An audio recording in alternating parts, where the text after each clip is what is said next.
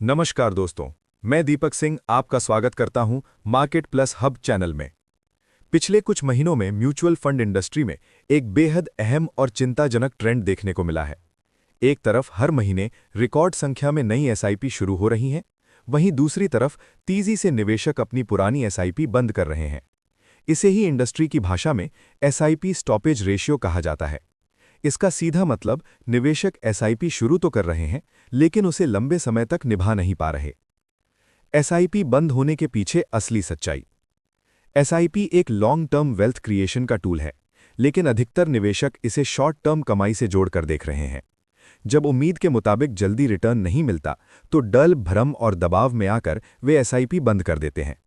असल समस्या एसआईपी नहीं, बल्कि निवेशक की सोच, अनुशासन की कमी और गलत अपेक्षाएं होती हैं। मेन पॉइंट्स यानी ध्यान देने योग्य बातें।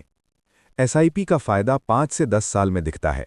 पहले 1-2 साल उतार चढ़ाव सामान्य है। गिरावट एसआईपी के लिए दुश्मन नहीं, मौका होती है। एसआईपी बंद करना सबसे बड़ा नुकसान है। निवेशक एसआईपी क्यों बंद कर रहे हैं? बाजार में तेज उतार चढ़ाव देखकर निवेशक डर जाते हैं और भावनात्मक फैसला ले लेते हैं। शॉर्ट टर्म नुकसान से घबराहट।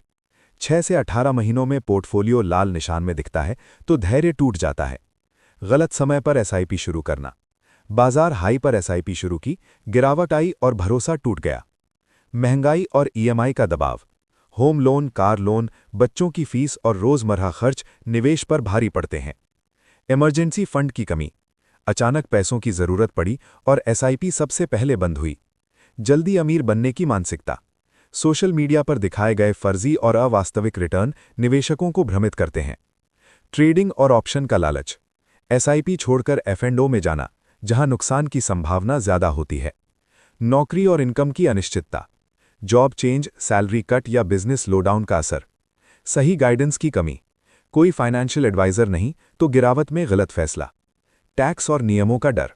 टैक्सेशन और सरकारी नीतियों की खबरें निवेशकों को भ्रमित कर देती हैं। इंडस्ट्री डेटा का साफ संकेत। हर महीने लाखों नई एसआईपी, लेकिन 35 से 40% एसआईपी पहले 1-2 साल में ही बंद। इसका मतलब अधिकतर निवेशक एसआईपी का असली फायदा देख ही नहीं पाते। एक्सपर्ट्स क्या कहते हैं? गिरावट में एसआईपी बंद करना सबसे बड़ी गलती। गिरावट में ज्यादा यूनिट्स मिलती हैं। एसआईपी औसत लागत घटाने में मदद करती है। निवेशकों के लिए सबसे जरूरी सीख। एसआईपी को खर्च नहीं, भविष्य की पूंजी समझें। डर से नहीं, अनुशासन से निवेश करें। एसआईपी रोकने से पहले अपना लक्ष्य याद करें। डिस्क्लेमर: ये जानकारी केवल शैक्षणिक उद्देश्य के लिए है।